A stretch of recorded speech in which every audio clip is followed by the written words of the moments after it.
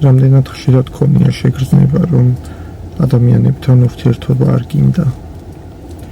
მე დაფიქრებულ ხარ და მიმხვდარ ხარ, რომ ეს სურვილი ზარქონა კი არა, ადამიანებთან ურთიერთობის შიშია.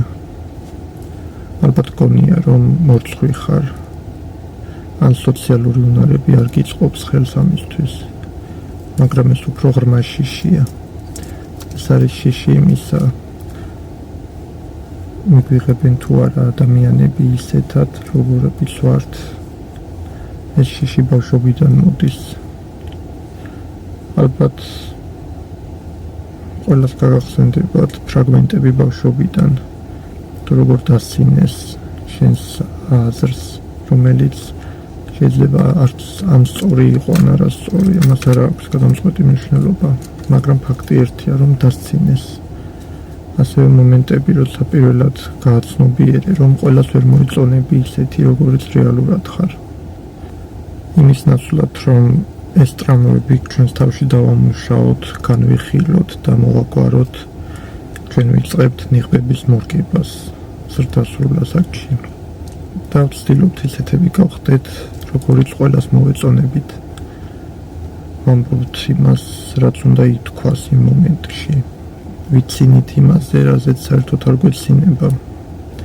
ვეთანხმებით იმ შემთხვევაში, როცა შინაგანად გვინდა ვიკითხოთ, რატომ ან როგორ. როგორც იუნგი ამბობს, რეალური ცვლილება ადამიანებში მაშინ იწყება, როცა ისინი საკუთარ შიშებს თვალს უსწორებენ. თუმცა რეალობა სხვანაირია და ადამიანების უმეტესობა შინაგან შიშებს უარყოფს, არ აღიარებს მათ არსებობას. ჩვენ არ გვეშინია იმ ადამიანის, ვინც წინ გვიზის, ვის ყუმრობაზეც ვიცინით, როცა არ გვეცინება. რეალურად გვეშინია საკუთარი რეაქციის, საკუთარი გულწრფელობის და საკუთარი თავის.